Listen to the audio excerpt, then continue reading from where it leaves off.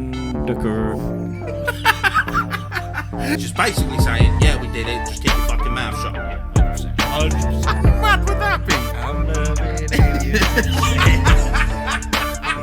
You photoshopping, blah, blah, blah, blah. Suck him up, I was fucking... Yeah. There's a page. Go check it out.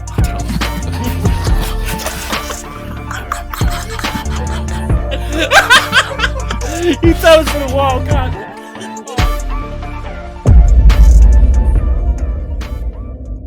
Well, hello. How are we all doing to another episode of Mr. Mysteries in Black and White? Hope everyone is well. Josh, how are you, my friend? Yeah, not too bad, my friend. Same old shit, pretty much. Yeah. Game's a game and all that. Yeah. Tell me about it. Oh. No. What are you doing? It looked a bit on the piss. Well, Oh, no, it definitely is. There we go. Fuck me. oh, sorry about that there. Technical issues with the old camera and that. But no, I hope everyone is well. And if you listened or watched our last week's episode, a very in-depth episode of the Hydra. That was a shambles, really. When I think about it. Fucking hell. No, It does make me wonder. Sometimes I think, why don't we have like loads of listeners or loads of people watching us? Like, but then you see episodes like that, you're like, I sort of get it. Yeah, I get it. But people who actually want to learn about this kind of shit ain't gonna listen to us. Nah. Soon come. The views will soon come. Yeah. Hopefully soon, rather than later. Yeah, but anyway, our grandkids might have a good channel. They might do. Yeah, that's true. But yeah, and at the end of the episode, we spoke about what we're doing today, and you can see by the title what we're talking about today. I don't know why I always do that. I need to stop. But yeah, we're going to be talking about real life exorcisms. And especially since it's not far past Halloween, no, it kind of fits in quite well. Yeah. So, but look, everyone has heard of an exorcism. Yeah. Is it always to do with... Is it a Catholic thing? I think so. What do you mean you think? You're the one doing about it. Yeah, I know. but no, I am pretty sure it is. But obviously, I don't want to say yes, and then there's Christians and fucking Muslims that do it as well. But I'm pretty sure it is predominantly Catholic. Yeah, I imagine that like with different religions out, they might have something similar. Yeah, but I believe, I do believe it is mainly like a Catholic thing, because like you hear about like they have to get special seals for the approval from the Pope and all that shit. Yeah, which is mad. You imagine being a priest and like you've got the Pope's backing to be an exorcist. Yeah, like that's cool. That's the only thing that would make me want to be a priest. Yeah, to be an exorcist. Yeah, the thing that will turn me off is all the fucking claims. I don't know what the word is. Like the what's the word I'm looking for? Stereotypical... What, Catholic priest? Yeah. Being a nunce? Yeah. What's the word I'm looking for? Stereotypical... Stereotype. Ah! Alright. Stereotypical... Nunce. It's gonna piss me off! Assumptions! Right. Fucking hell! Gee, sweet Jesus, the stereotypical assumptions that come with it. Yeah, but I'll just say, don't worry, I'm not a nonce. Surely they'd all say that. Well, they don't. That's why people think they are. I don't, I promise. Scats on her. Scats. No, but you imagine, like, that. But I think a lot of the time, like, when you become, like, an exorcist or so, you don't, like, you're not, like, part of a church. You go... You sort of, yeah. Well, funny enough, I've got something along them lines. Oh, okay. That I'll start off with. But... Well, all right then. Hope everyone is well. And you're about to listen to something, I imagine, incredible. Yeah. So get yourself... Sorry to cut you off. Oh, fuck you then. Before we start, I just want to say thoughts and prayers to those that were affected with the train incident yesterday. I don't know if you've seen anything about what in Huntingdon? Yeah, which is only up the road from us. Fucking disgusting. 9 people critically injured or life-threatening. Yeah, life-threatening injuries. 10 people attacked altogether. I don't give a fuck who done it. They fucking need reprimanding and shooting. Pretty much. Because the fucking... This country has gone to shit. It has gone to shit. There's no going about it. It is, honestly... Great Britain is the biggest laughing stock in the world right now. Facts. But no, just quickly, I just want to say thoughts and prayers. Yeah, 100%. Go out to everybody affected 100%. by this. And yeah. But that's literally just nothing political. I just want to get that out there. Yeah. But fuck you. Yeah, 100%. You haven't 100%. done it. But yeah. Get something nice to eat and drink. Mm-hmm.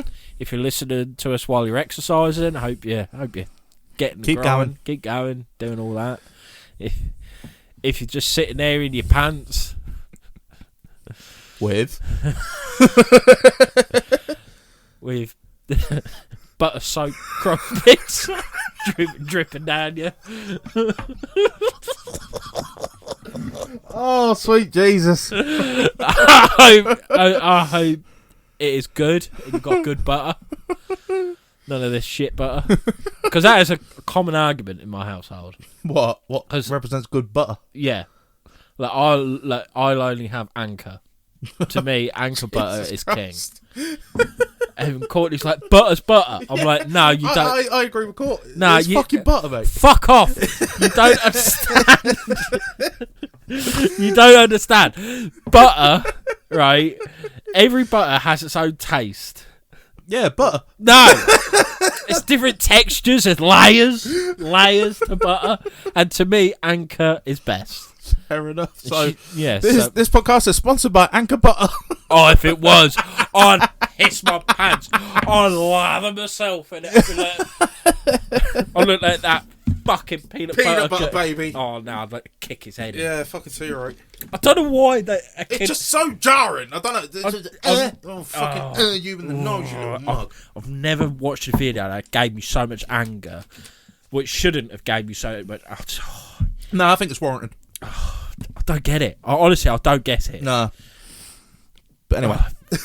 Nah, you've G'd me up now. If I go in my house now and Jax is there in peanut butter and goes, he's getting kicked across the road. He isn't. Don't call Childline or whatever, because I would never do that to my boy.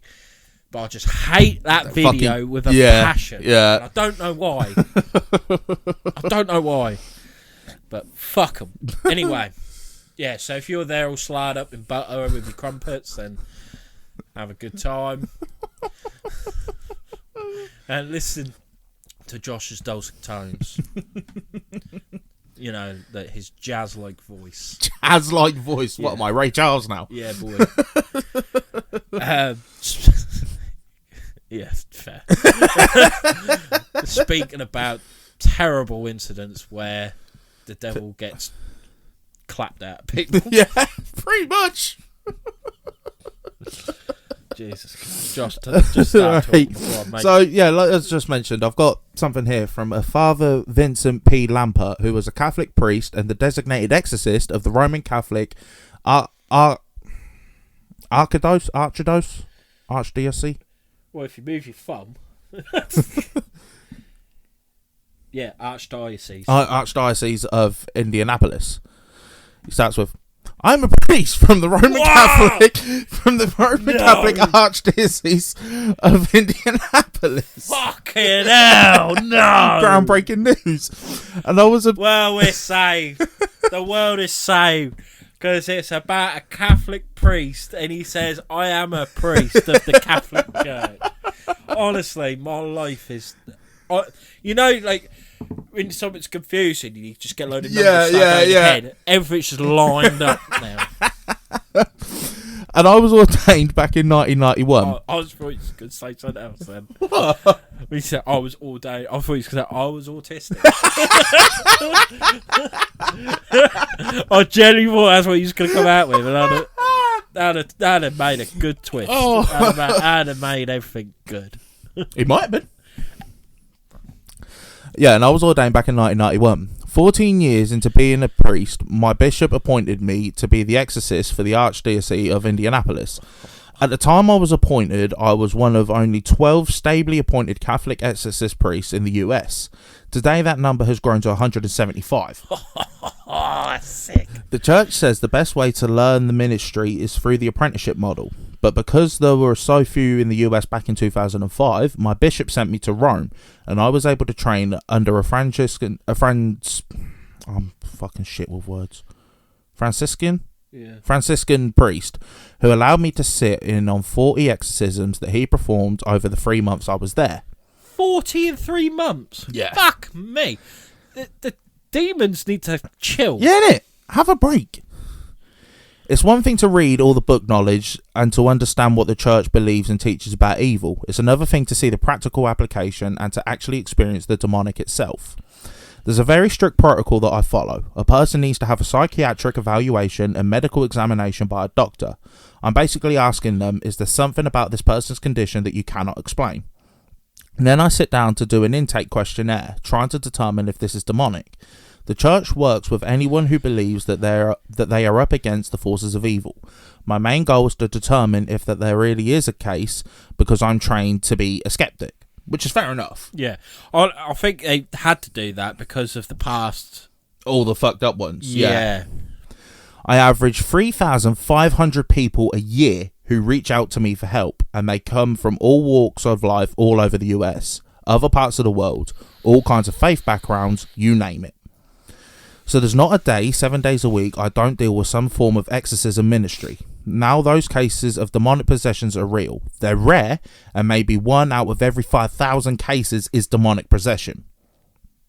There are 3 other types of extraordinary demonic activity. Infestation, the presence of evil in a location or associated with an object, like a voodoo doll, for example.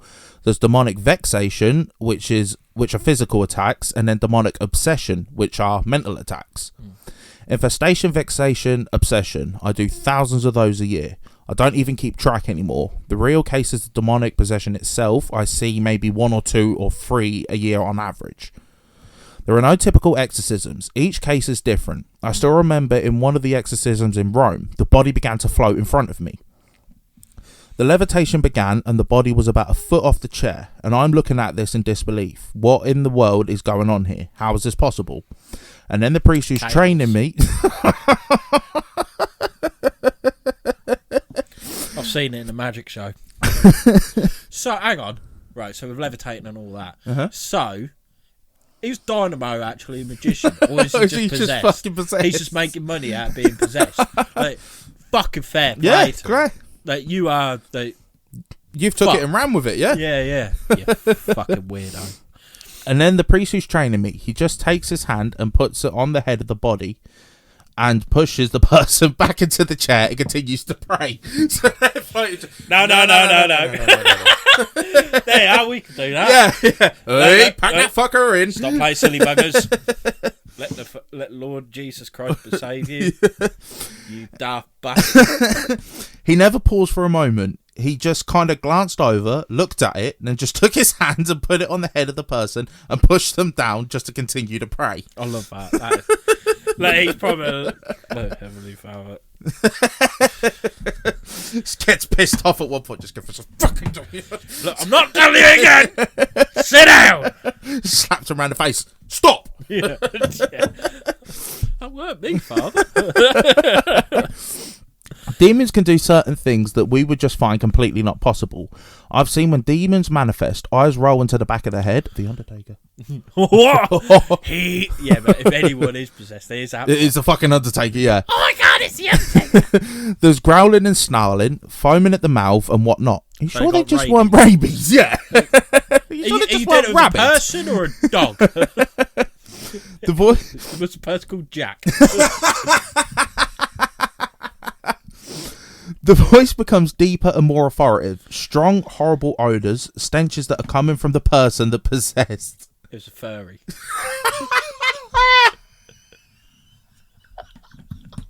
All furries are demonic. Yes, they are. Yeah. Yes, they are. You dress up, which is fine on Halloween, but when you're just walking about thinking you're a fucking dog poodle, pack it in. You're not. You're a human being. You fuck. I've witnessed levitation where demons cause the bodies to float. Yeah. I've seen when demons manifest, the person's body will drop to the floor and sliver like a snake.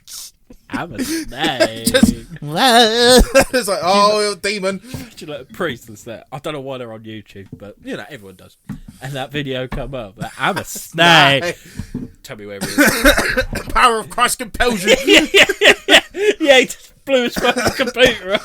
I'm chucking water all over it. Then he's like, save the man.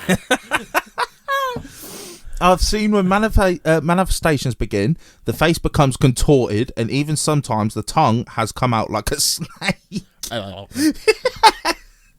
they just had a sour lemon. That makes people's faces contort. Yeah. Tell you now. I've seen all of these things, so yeah, I do think the movies get it right. The more I've been involved in this, I'm now in my 18th year. None of this really phases me in the least. That's mad. Yeah. Like, there's people levitating, people's faces are sucking on sour sweets. He's just like, that's calm. Yeah. Game's a game, innit? Fucking fairy comes in and starts levitating off a chair. Sit down. Game's a game. Fucking bastard. During a recent exorcism, when the demon finally manifested, the person's eyes in front of me turned green and their pupils became slanted like a serpent. And this voice comes out of a mouth, a very deep voice, and says, "You can't get rid of us. We've been here too long and you're not strong enough." And then began to howl and growl and hysterically laughter and whatnot. Oh, that's pretty cool. Yeah. There is a growing trend, I think, to see an exorcism as a magician. That somehow I have a bag of tricks that I can make people's problems go away. Yeah. But again, it's not about just casting the devil out. It's also about inviting God in. I would never even say that casting the devil out is the easy part. The harder part is to convince somebody that they need God in their life. I don't know why, but I just got a picture of like the father has jumped into matey's head, opened the door, kicked the demon out. Right, eviction notice. Come on, mate. Big man. Yeah. He's like, fuck, he's taking his time. Come on. God comes in like Borat. It's like, wow, I have a chair. King in the castle. Oh la la. Oh my god. Alright, so that was from what was his name? Father Vincent P. Lampert. But now I'll go on to some actual cases. Oh, what? That weren't actual cases? No, that was an actual priest who does exorcisms, like what he's experienced over his time. Right. These are some actually documented cases. Right, so the first one is of Ronald Doe. In the late 1940s in the United States, priests of the Catholic Church performed a series of exorcisms on an anonymous boy documented under the pseudonym Roland Doe. Was it Roland? Roland. Oh, it was Roland, sorry. Or Robbie Mannerheim. Don't they just call them John Does? Probably. When they're anonymous. I think so, yeah. You got Jane Doe and John Doe. Yeah. So I think probably his actual name is Robbie Mannerheim. They've just changed it for some reason. The 14-year-old boy was a victim of an alleged demonic possession, and the events were recorded by the attending priest Raymond J. Bishop. Quite cool. He's a priest and his surname's Bishop. Yeah, it's meant to be. It's like if your last name's Smith and you're a blacksmith. Yeah. Like, I used to work for a bloke and his last name was Gardner and his business is called Gardner's Gardens. Yeah, just straight to the point. Yeah. Well, my last name's Clayton. So do I, do stuff with clay? Well, what's my name? Glenn. Bin. I'm a bin man. Glenn the bin man. Glenn's bins. It's got a ring to it. It's got a ring to it. Yeah, because people apparently making loads of money, which I don't get, cleaning bins out. Yeah. Glenn's bins. Coming soon. Fuck that. I don't know. If you have 10 bins, but you charge £1 million a bit, someone might pay it. You'll be a millionaire. Yeah. Who the fuck is paying £1 million to get the bin clean? Honestly, mate, it's been a long week. Right. By attending priest Raymond J. Bishop. Please. Please, I need a priest. Please help me, priest. Subsequent supernatural claims surrounding the events were used as elements in William Peter Blatty's 1971 novel, The Exorcist. In mid-1949, several newspaper articles printed anonymous reports of an alleged possession and exorcism. The source for these reports is thought to be the family of former pastor Luther Miles Schultz.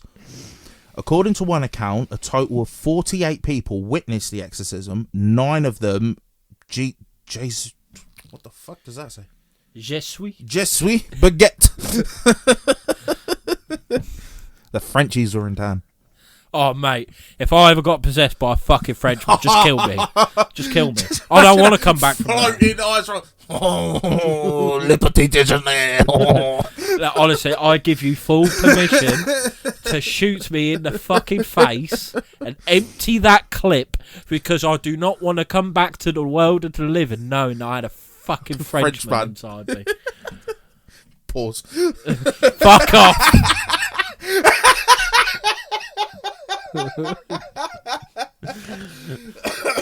You know what I mean? Fuck's sake. Right. Fucking French. Oh. According to author Thomas B. Allen, Jesuit priest Father Walter H. Halloran was one of the last surviving eyewitnesses of the events and participated in the exorcism. Allen wrote that a diary kept by attending priest Father Raymond J. Bishop detailed the exorcism performed by the oh my fucking sweet Jesus, pseudonymous. Pseudonymously. What he said identified Ronald Doe, aka Robbie, speaking in 2013. Allen emphasised that definitive proof. Where have I gone? Definitive proof that the boy, only known as Robbie, was possessed by malevolent spirits is unattainable. You know what I'm just thinking of? I don't know why I just popped the head. Can you remember, is it the second Scary Movie? Yeah. And when they come in and he goes, Fuck this! That would be us! Yeah. Right at the end, he's trying to do it and he just ends up shooting her. Yeah. According to Alan Halloran, also expressed his skepticism about potential paranormal events before his death. When asked in an interview to make a statement verifying that the boy had actually been demonically possessed, Halloran responded, "No, I can't go on record. I've made an absolute statement about the things because I didn't feel I was qualified." According to Thomas B. Allen, after Aunt Harriet's death, the family experienced strange noises, furniture moving on its own, and ordinary objects such as vases flying or levitating when the boy was nearby. The family turned to their Lutheran pastor, Luther Miles Schultz, for help. Long interested in parapsychology, Schultz arranged for the boy to spend the night in his home in order to observe him. When parapsychologist Joseph Banks Rhine learned that Schultz claimed he witnessed household objects and furniture seemingly moving by themselves, Rhine wondered if Schultz unconsciously exaggerated some of the facts. Schultz advised the boy's parents to see a Catholic priest.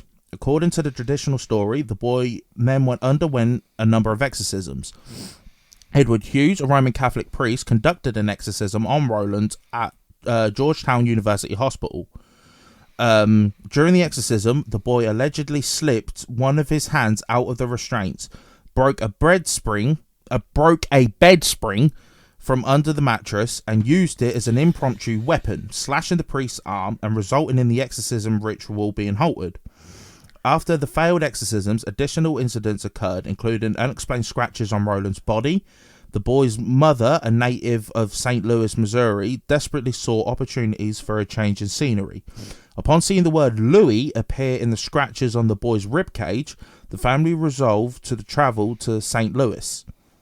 Which, again, you can see where they got that from in the Exorcist film, because it literally comes up saying, like, help me or something, doesn't it, on the girl's body? Oh, fucking hell, I can't remember. So, something along them lines. Yeah. I know it says something. There's only a few things I can remember. I think we know what they are. The family stayed at a relative's home in the inner belt suburb of Belle Noire. During their stay, Roland's cousin contacted one of the professors at St. Louis University, Bishop, who in turn spoke to William S. Bowdern, an associate of College Church, together. Both priests visited Roland in his relative's home, where they allegedly observed a shaking bed, flying objects, and a boy speaking in a guttural voice and exhibiting an aversion to anything sacred. Bowden was granted permission from the Archbishop to perform another exorcism. The exorcism took place at the Alexian Brothers Hospital in South St. Louis, later called South City Hospital. Before the next exorcism ritual began, another priest, Walter Halloran, was called to the psychiatric wing of the hospital, where he was asked to assist Bowden. A third Jesuit priest was also there to assist. Halloran stated that during this scene, the words such as evil and hell, along with other various marks, appeared on the teenager's body. Allegedly, during the Litany of Saints portion of the exorcism ritual, the boy's mattress began to shake. Moreover, Ronald broke Halloran's nose during the process. Halloran told a reporter that after the rite was over, the anonymous subject of the exorcism went on to lead a rather ordinary life. So, obviously, they supposedly banished. They've done it. Yeah. Finished. Great success. Right, so the next one I've got is Anna Eklund. But because when we spoke about it last time, I mean, this is going back, 2 or 3 years ago? Yeah. Fuck, we've been doing this a while. Yeah. And, because I remember you spoke about one, and that the girl did, either the girl died or something because she was, incredibly malnourished. Oh, he's got it. I've got it. All right, let's get on it. I've got it. Because I remember, and we spoke about it with Austin. Yeah. Didn't we? Yeah. From Truly Bizarre. Truly Bizarre. So I mean, because he changed his name. Yeah.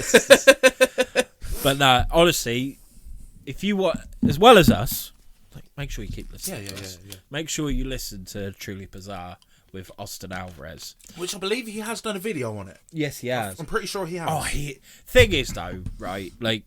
We say it all the time when it comes to Austin, but because of the as well as just the effort and everything, but the technical prowess that man's got. Oh yeah, into creating these kind of videos and podcasts, he's second to none. Yeah, he's so good, so good. We need to sort out doing another interview with him. I'd love to, because let's say that's the only time we've actually realistically spoke to him. We've messaged every now and again. Yeah. And it's just so good that he's doing well for himself. Yeah, 100%. And everything like that. It's fantastic to see. So Austin, if you are watching, hit us up. Yeah, we love you. Yeah, brother from across the pond. Yeah. So Anna Eklund was a synonym for Emma Schmidt. An American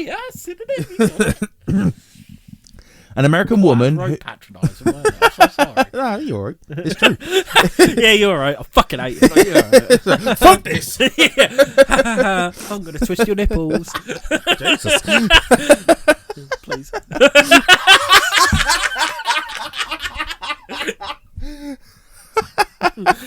Oh dear. Yeah, an American woman whose alleged demonic possession and exorcism occurred over several decades, culminating in an extensive exorcism that lasted from August 18th to December 23rd, 1928.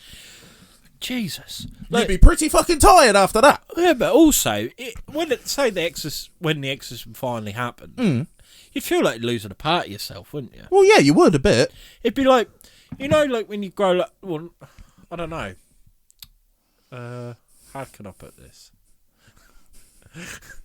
Don't know. You got a mole.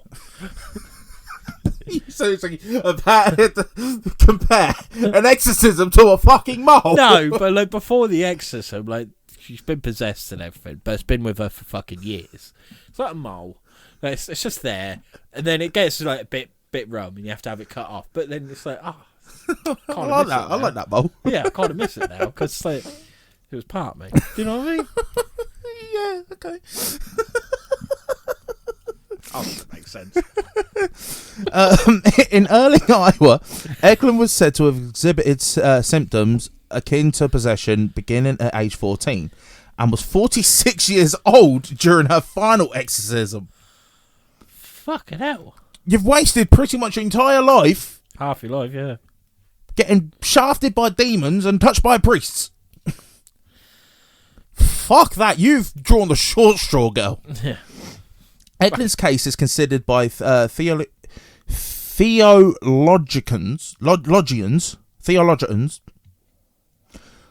by theorists and scholars of the paranormal to be one of the most abundantly documented cases of possession in the 20th century, including a profile in a 1936 issue of Time magazine. Well, at least you got something out of it. Yeah. It's not something you fucking want. Well, no, not really. But you imagine that like, everywhere you go now, it's that she's possessed. On June 18th, 1912, Eklund underwent an exorcism. I'm not even going to attempt to announce this geezer's name. Theophilus Resinger. Theo. That was pretty cold. We'll call him Father Theo. Theo. A Capuchin priest. I thought Capuchin was a monkey. That's Capuchin, you twat. You're telling me that's not spelt the same? No wonder it took so long. You got done by a monkey priest.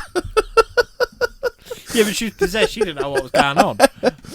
Originally from Bavaria, Germany, entrusted by Bishop Thomas Dunn of Des Moines, Iowa, Theo had been a monk at the community of St. Anthony's in Marathon, Wisconsin. Little was documented concerning this initial exorcism. However, Eklund was not consulted for over 2 decades after the 1912 exorcism. In the summer of 1928, Theo was again consulted to perform a second exorcism on Eklund. Father Joseph Steiger of Ealing, Iowa, a friend of Theo, suggested the exorcism be undertaken by a convent owned by the Franciscan sisters in Ealing. Eklund was taken to the convent on August 17th, 1928. That's the thing. I don't think I've ever seen a nun. Do you know what? No, neither have I. That is a weird point. I don't think I have either. Mm-hmm. Like face to face. No. I don't know what I'd say. Sister!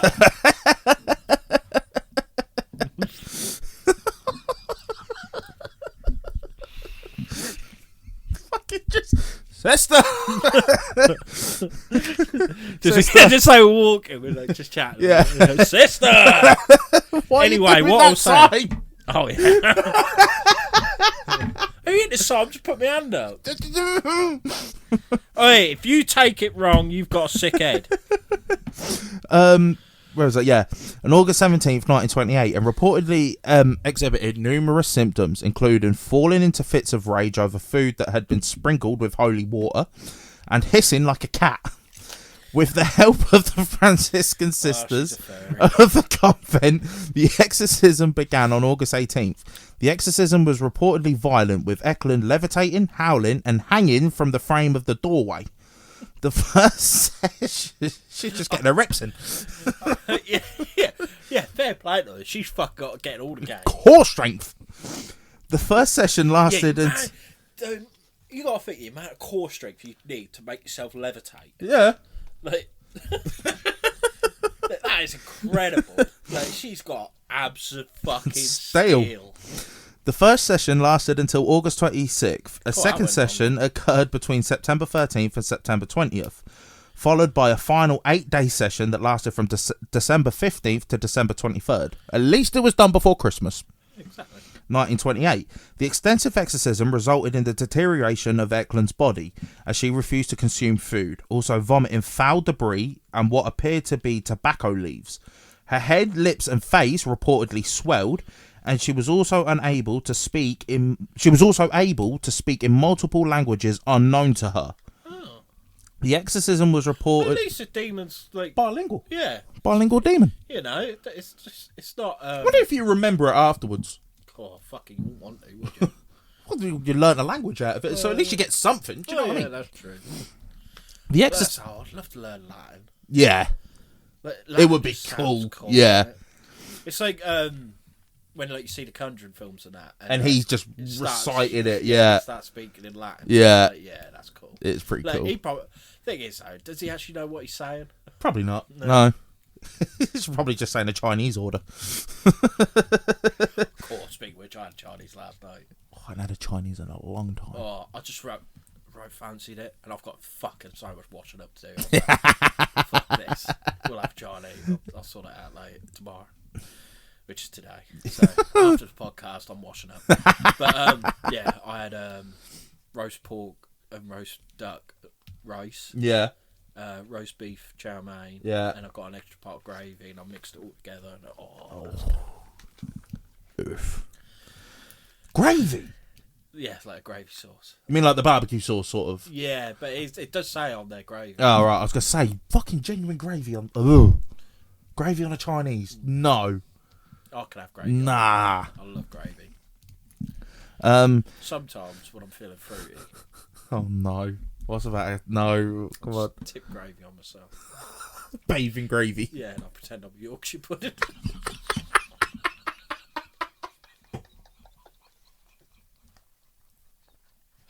Oh my god! Oh, can I just picture you now? Just sitting in the pub with the jug of gravy.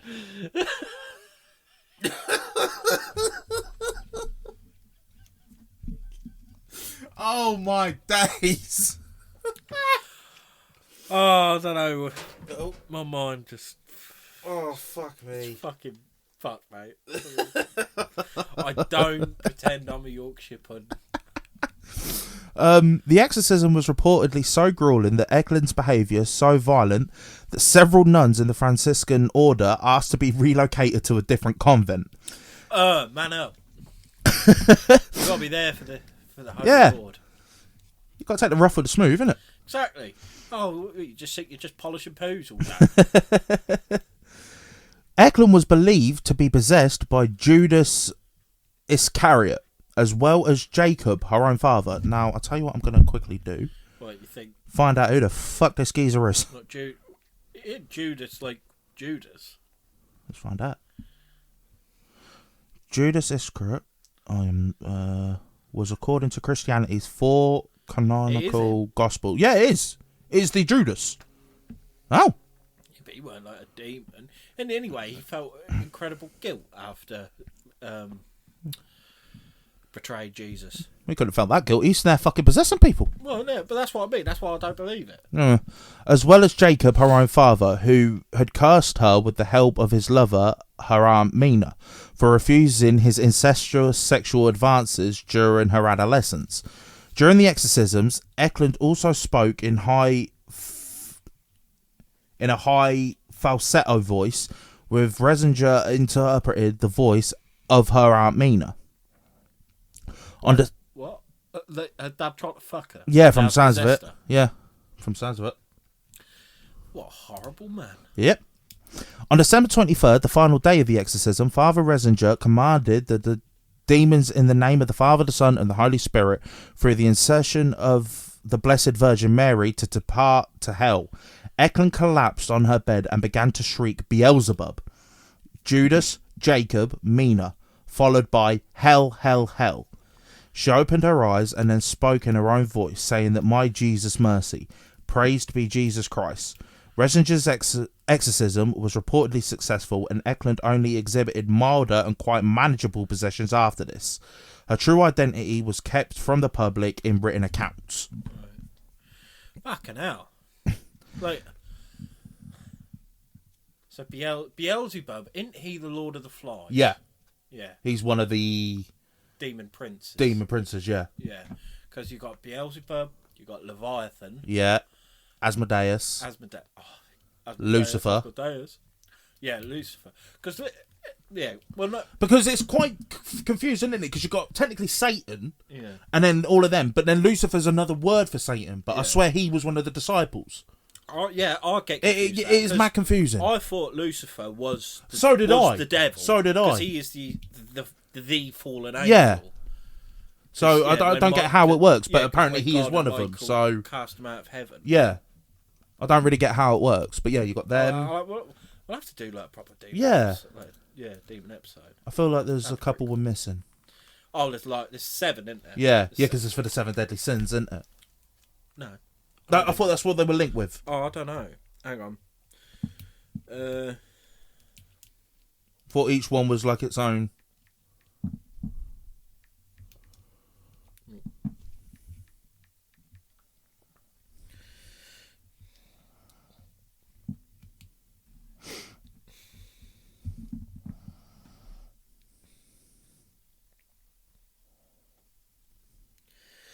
Oh no, you are right.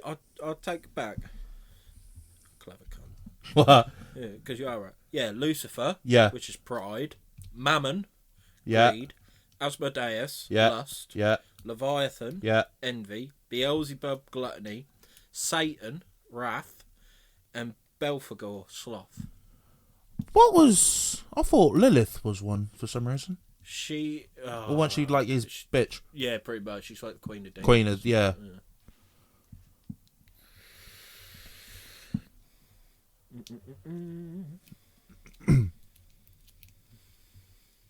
Yeah. It's all very confusing. It's like for the sins, innit? Yeah. Yeah, the 7 deadly sins. Yeah. Which makes sense, just going back to that, why is she shouting Beelzebub if he's the lust one? Yeah. And with the whole father incestuous thing. Yeah. No, that's good. That's a good thought, actually. Well, it's not good. Well, yeah, but yeah. Yeah, I get what you mean. Now, this next one's a bit mad.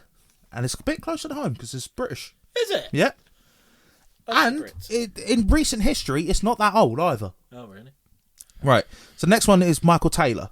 Now, Taylor lived in Ossett, West Yorkshire, working as a butcher in 1974. Taylor's wife, Christine, started a Christian fellowship group to which Taylor belonged. That his relationship with the lay leader of the group, Mary Robinson, was carnal in nature. Obviously meaning apparently they had an affair. Michael Taylor admitted that he felt evil within him and was encouraged by the group to work out the issue with Robinson. The two entered a bedroom alone where Taylor made a pass at Robinson and was rejected. Upon exiting the bedroom, Robinson related Taylor's behaviour to the group, which included his wife, and Taylor eventually attacked Robinson verbally, who screamed back at him. During the next meeting, Michael Taylor received an absolution, but nevertheless his behaviour continued to become more erratic. Robinson approached Taylor with his wife with an offer to perform an exorcism, but was rebuffed. As a result, the local vicar, Peter Vincent, known to be an expert in the art of deliverance, called in other experienced ministers in preparation to cast out the demons residing within the man. The exorcism, which occurred on the 5th and 6th of October 1974 at St. Thomas's Church in Gorba, was headed by Vincent, the Anglican priest of St. Thomas's, and was aided by Methodist clergyman, the Reverend Raymond Smith. According to Bill Ellis, an authority on folklore and the occult in contemporary culture, the exorcists believed that they had an all-night ceremony, invoked and cast out at least 40 demons, including those of incest, bestiality, blasphemy and lewdness. And at the end, exhausted, they allowed Taylor to go home, although they felt that at least 3 demons, insanity, murder and violence, were still in him. Now this is where it gets more mad, because while at home, Taylor brutally murdered his wife, Christine. He attacked her with his bare hands, tearing her eyes and tongue out and almost tearing her face completely off, then strangling their poodle. He was found by a policeman naked in the street, covered in blood. At his trial, Taylor was acquitted on the grounds of insanity and he was sent to Broadmoor Hospital for 2 years, then spent another 2 years in a secure ward in Bradford before being released. Afterwards, he attempted suicide at least 4 times and had another run-in with the police after he was accused of having inappropriate conduct with a minor. Fucking hell. Taylor's case is mentioned in the 2021 film The Conjuring, The Devil Made Me Do It, which is based on another case in which a killer claimed demonic possession, that of Arne Cheyenne Johnson, who killed his landlord with a pocket knife in a fit of rage in 1981. How mad is that? Especially when you think they said that the 3 demons that are apparently in him, insanity, murder and violence, are the ones still in him, and then he goes on to commit an insane violent murder. Literally the next fucking day.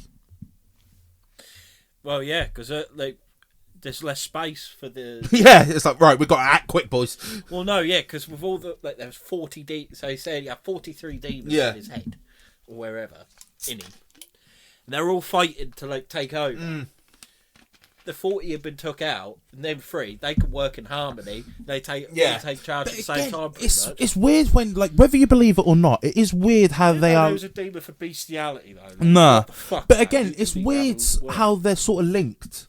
Like I said with that other one, where it's like Beelzebub with the lust and that. And then in this one, they reckon they cast out demons such as incest and bestiality and blasphemy and that. And he's trying to make an advance, even though he's a married woman, which obviously in Christian, well, in any times it's a bit fucked, but especially in, like, if you're religious and shit like that. And then the ones you don't cast out are the ones that do the act almost, sort of. It is weird how it all links with this shit.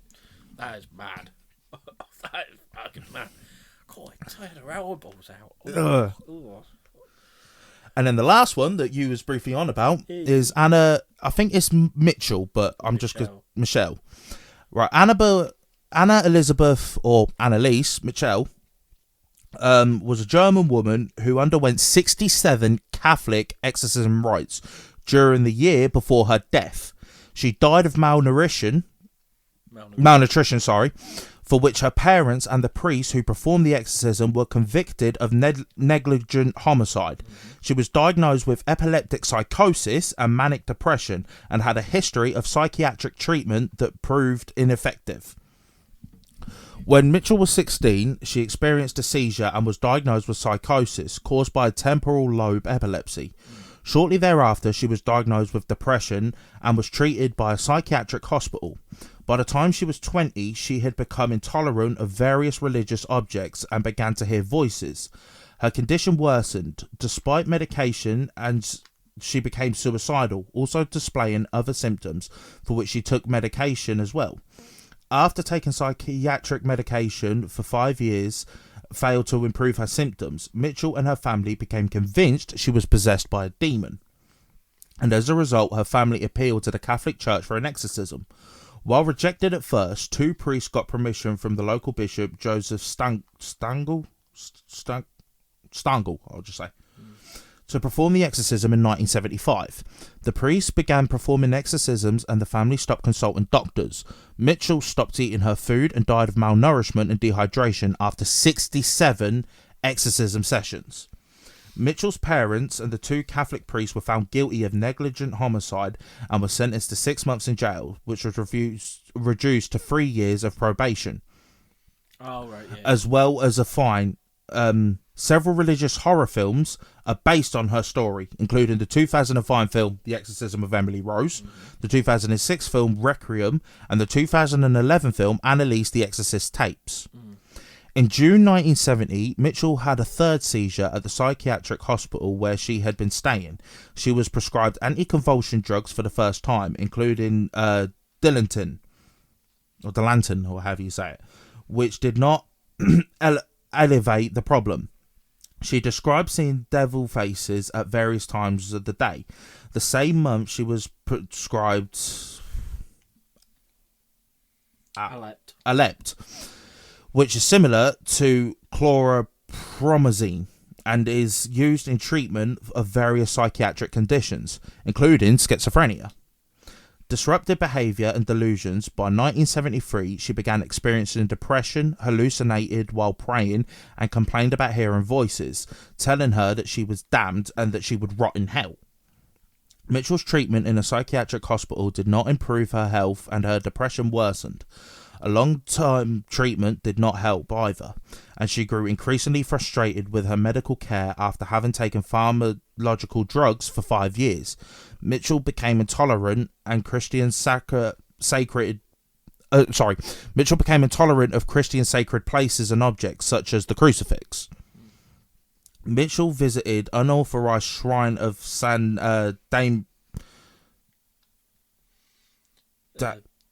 Damiano in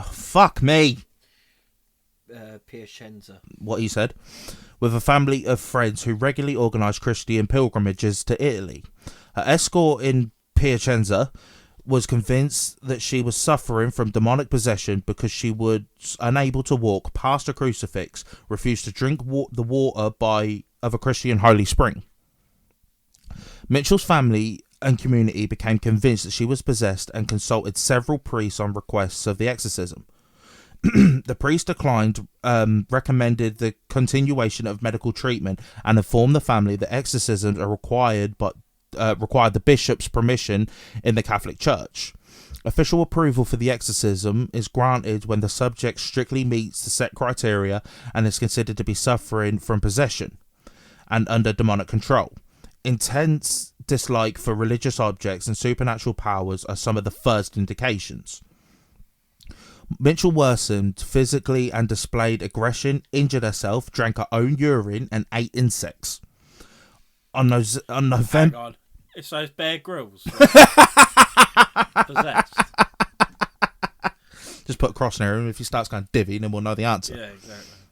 In November 1973, Mitchell began treatment with Tegretol, an anti-seizure drug and mood stabilizer. She was prescribed antipsychotic drugs during the course of the religious rites and consumed them frequently until some time before her death.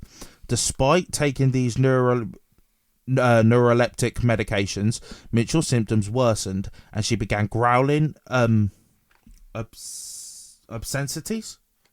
Obscenities? Where are we? Growling obscenities? Oh, yeah, obscenities. Screaming guttural curses and raving wildly. A family friend of Mitchell's requested that the elderly Jesuit priest, Adolf Roderick, to visit Annalise, but he declined due to his old age and put the family in contact with another Jesuit. In September 1974, the local priest who had visited her, Father Ernst Olt, declared that Mitchell did not look like an epileptic and that he did not observe her experience seizures.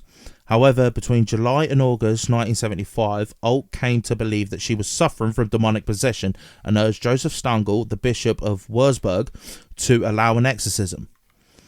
In a letter to Olt in 1975, Mitchell wrote, "I am nothing. Everything about me is vanity. What should I do? I have to improve. You pray for me." And also once told him, "I want to suffer for other people, but this is so cruel." In August 1975, Stangl granted Father Olt the permission of performing the small exorcism upon Mitchell, i.e. Pope Leo the... What's X3 eyes? Is that the 14th? 15th? 13th. Exorcism against Satan and the apostate angels. A rite which any priest could recite, as it doesn't require episcopal approval. In 1975, Father Roderick visited Annalise with Olt and wrote a detailed report on her case to the Bishop Joseph Stangl, unintelligible to third parties, arguing in favour of a genuine demonic possession and urging Stangl to allow them to perform the major rite of exorcism. Eventually, Stangl granted Salvatorian priest Arnold Renz permission to conduct an exorcism according to the Roman ritual, but ordered total secrecy. Renz performed the first session on 24th of September. Mitchell began increasingly speaking about dying to atone for the wayward youth of the day and the apostate church, the apostate priests of the modern church. Her parents stopped consulting doctors at her request and relied solely on the exorcism rites. A total of 67 exorcism sessions, 1 or 2 each week, lasting for up to 4 hours each, were performed over approximately 10 months in 1975 and 1976. Toward the end of her life, Mitchell began to refuse food. On July 1st, 1976, Mitchell died in her home. The autopsy report stated that the cause of death was malnutrition and dehydration, resulting from almost a year in a state of near starvation while the rites of the exorcism were performed. She weighed 30 kilograms or 66 pounds, suffered broken knees from continuous genuflections, and was unable to move without assistance, and was reported to have contracted pneumonia. Jeez, well, no wonder. Yeah. After an investigation, the state prosecutor maintained that Mitchell's death could have been prevented as late as 1 week before she died.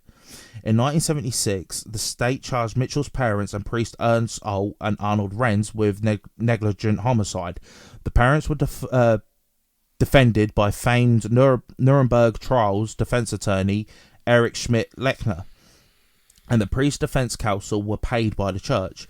The state recommended that none of the involved parties be jailed. Instead, the recommended sentence for the priest was a fine, while the prosecution concluded that the parents should be exempt from punishment as they had suffered enough.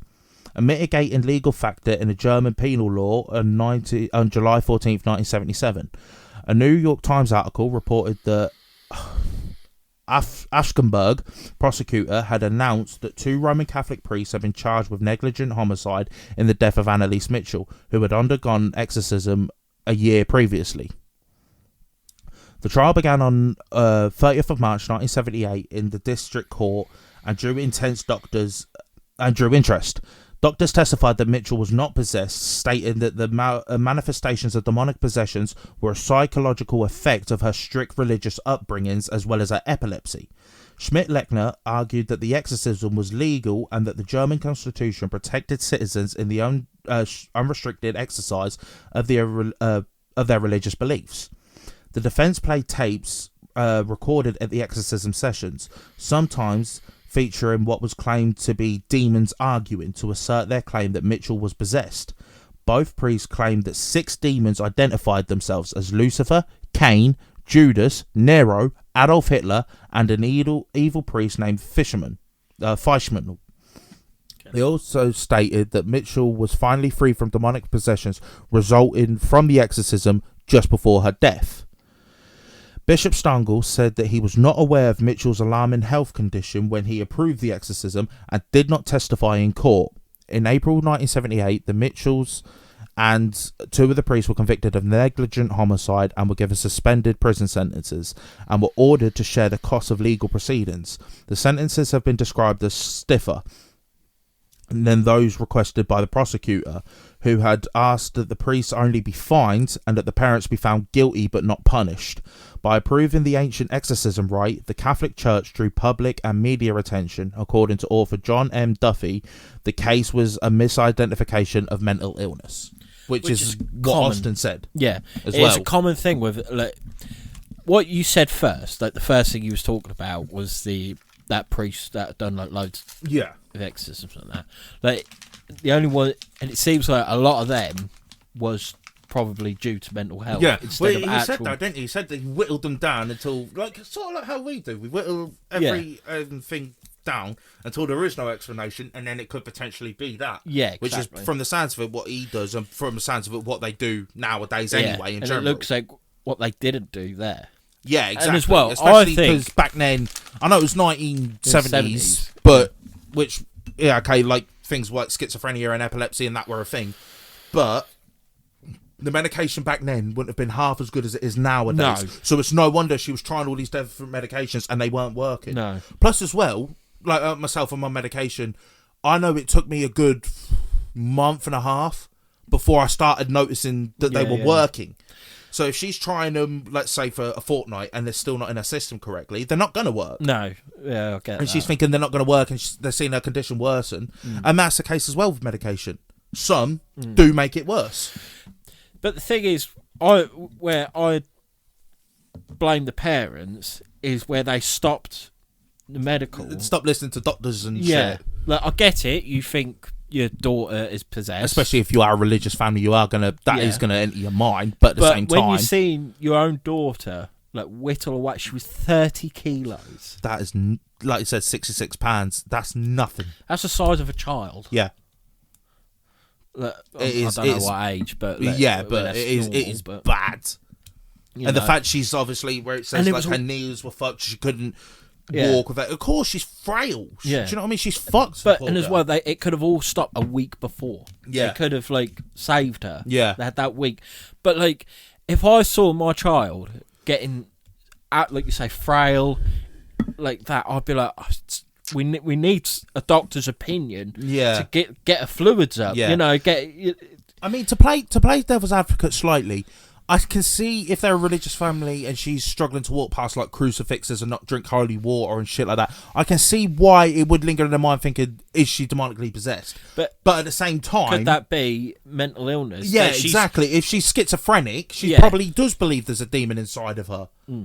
That is, she can't walk past that. She's convinced herself. Yeah, exactly. And also if her family like probably say like, we need to get you a priest. We need to get you a priest. They're feeding into it. They're feeding into it, yeah. And then she's going to probably be overthinking. Yeah. And if she's having like a manic episode, like a schizophrenic episode, whilst they're saying that, that is going to drill into her head. You see it so many times with like serial killers and that, where it usually comes from the parents pushing their agenda on their child that they think they've got no other option. So especially if you suffer from like epilepsy, which obviously, if you didn't know what epilepsy was and somebody just started having an epileptic fit in front of you, you are going to think they're possessed. Let's be honest. Like if you don't know what epilepsy is, I'm on about. Yeah, because a lot of times, like, he's right on the back of the head. Yeah, they just start going crazy. Yeah, and they always tell you like just leave them, let them ride it out. Even with dogs and that, if they're having a seizure, they tell you just make sure that they can't hit anything, but just let them ride it out. But if you're religious and you're seeing that, you are going to think, fuck, she's possessed. Yeah. And then with the schizophrenic and she's saying all these things that aren't really her. But really, and the priests as well, they should know better. Like, as well, I know they probably believe it as well. Yeah. But when it gets to the point where she is close to death. Yeah. But I do believe that was the turning point for Exorcists. Yeah. That case was the one where it's like, right, we need to seriously look into the more mental side of it and basically whittle it down. Could it be this? No. Could it be that? No. Could it be that? No. Could it be that? No. Right. So it could now be a demonic possession. Yeah. And shit like that. I mean, the other one that it mentioned where there's things getting written in a fucking... You can't blame mental health on that shit. No. And as well, like, because I believe as well, like, even if we learn Latin and stuff like that, we learn the passages. Yeah. We still can't perform exorcism because we're not ordained. We're not, and even if we were, though, we still need proof from the higher-ups. The only person I think of who was actually allowed to was Ed Warren. Yeah. But even then, they'd still need the church approval, wouldn't they? And I think they had to have a priest with them. Yeah, or something along them lines. Yeah, it's almost like you need that... I don't know, full safe. Yeah. Almost like backup. Yeah. You'd probably get it in like surgeries and everything. Do you know what I mean? Yeah. Like you have the higher up doctor if it's like a major surgery to make sure you are doing it right. Yeah. So that way if something does go, an overseeing person. That's what I was looking for. Yeah. To basically cover their ass. Yeah. That if something does go wrong, I wonder if surely I reckon nowadays as well, like the family or something, because obviously you can't do it if you're possessed, but the family might have to sign like a waiver saying, listen, this could happen. You have to do it with surgery, so I can't see why you wouldn't have to do it with an exorcism. Yeah, it would not surprise me. Sign a waiver saying, listen, it could get bad. Yeah, and the thing is, like that it still happens today. Like people That's are terrifying. Yeah, but like he said though, in the grand scheme of things, when you think we're a planet of like 7+ billion people, and let me just find it, sorry. And he says... When at 3,500. I average 3,500 people a year who reach out to me for help, but in reality, maybe 1 out of every 5,000 cases is demonic possession. So it's like so it's average about 2 to 3 a year. Well, no, it's more like 1 to 2 every 2 years. Yeah. Out of 5,000 people that reach out to me for help, that just shows how many people are... That's sad in the way that it shows how many people are fucking suffering with mental health. Yeah. I know in the grand scheme of things, 7 billion people, it's not really that much, but that's only the people that reach out. If that's like 3,500 people on average a year, to say that, and he's been doing it, like, say, I think it was 14 years. Yeah. So 3,500... Calculate.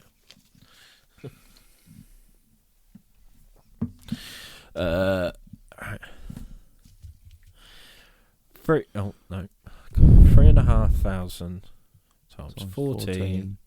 49,000 people. 14 years. In 14 years, that is scary. Again, not seriously a big number when you count 7 billion people, but... That's climbing every year. That's one priest. But what I'm saying is, as well, that's only the people that have reached out. There's others that don't. No. And you've got to think the majority of them are going to be religious people. If you're not religious in the slightest, you're not going to think you're possessed by a demon, are you? No, that's it. It's scary. It is scary, but also I'd like to sit in. On one. Like I think it sounds morbid and it would be uncomfortable to see, but just there is an interest in it, and I can't. And if there's anybody listening thinking that's too far, tell me you haven't watched a serial true crime documentary and found it interesting. Exactly. It's no different. No, in a way, but if it's their real life, that's like the same saying as like I'd love to witness a murder or some shit. Yeah, which is fucked up. But there is, I don't know what it is. It's just, I think with modern society and technology and shit like that, there is just that genuine interest in this sort of thing. And as well, especially with like an exorcism or something like that. It's like, I need to see it from my own eyes, and if it does, but the thing is, if we went to saw that and something would like happen, that could change our whole perspective on life. I think if something happens, I mean, obviously, I won't know until I'm truly in that situation, but I think there's a strong chance it could make me very religious. Yeah. If I see something like a genuine demonic possession, that's what I mean. I think, right, I need to find God now. Yeah, it's going to change your whole your whole perspective on life completely. Yeah, 100%, 100%. You know, but that would be cool. Yeah, it would be. But no, I think that's a bit mad. Yeah, but no, I think that's about me done. Yeah. So Ed, what are we doing next week? Well, I've been thinking about it because I'll do my usual thing is, oh fuck off, I don't know what I'm doing. But then when we start speaking about demons and stuff, I think I want to talk about like the 7 Princes of Hell. Yeah. Okay. Yeah, that'd be pretty good. Pretty much a follow-on, isn't it? Yeah, as well, yeah. Yeah, and hopefully that we'll be able to understand, actually. Yeah, especially like that one that was claiming Beelzebub and shit when we go into and we always thought, like, because Lucifer is the devil. Yeah, it is so confusing, like you said, and Satan was one of them. Yeah. I thought Satan was the top dog. I thought Satan and Lucifer was one person. I thought his name was like just Lucifer. Name. When he came down to hell, he changed his name to Satan. Yeah. But then when it says Lucifer is pride, I get it, because he rebelled against God. Yeah. And he was so proud that he did it. Well, no, because like pride is like, it's more like stubbornness. Yeah. Because he was so stubborn, that's when he got cast down into hell. Yeah. Yeah, so I do understand it, but it's just a bit confusing how the names works. So hopefully then we'll be able to understand it more. Yeah. Oh, I'm quite looking forward to that, actually. Yeah. And it's a bit different from me, really. Yeah. Not just talking about a monster. Yeah. Of some sort. Well, they are monsters. Well, yeah. If you believe in them, they are fucking... they are the epitome of monsters. They're the worst of the worst. Yeah, especially with Leviathan, because he's like a giant sea monster. Yeah. So that'd be pretty cool, actually. But you got to mention... I know she ain't one of them, but you got to mention Lilith. Oh, yeah, 100%. Decent. But no. That wraps up this episode. If you want to find more on us... I'm hoping we can fucking do this before that battery dies. But Ed, where can they find us? Well, you can find us on Facebook, which is Missing Mysteries in Black and White. You can find us on Instagram, which is Missing Mysteries _, not the actual word _, the actual underline thing. You can follow us on X, which is Missing Mysteries 1. You can follow us on TikTok, which is my personal favourite platform, which is Missing Mysteries 10. You can follow us, subscribe and like our channel on YouTube, which is Missing Mysteries. But due to algorithms, go to one of our other socials, click on the link, and it will take you straight to us, where you get to see our faces. Hello. And this is where we do our hunts, our interviews, and other stuff. Yeah. And reacts. Yeah. You can email us at missingmysteries10 at gmail.com. Sorry. And with that could be theories, that could be criticisms, praises. If you want to collab with us, either on our channel or your own channel, or if you just want to go on a hunt with us or whatever. If you just want to chat with us or anything like that. So that's missingmysteries10 at gmail.com. I think that's everything. Yep. Josh, where can they listen to us? Well, even though you already are, if you fancy listening on another platform or all of them, you can find us on Podbean, Spotify, Amazon, Samsung, Podchaser, Play FM, and iHeartRadio. Fantastic. We smashed that. Yeah. So no, thank you very much for watching or listening or both, and we'll see you in the next one. Bye. Happy hunting.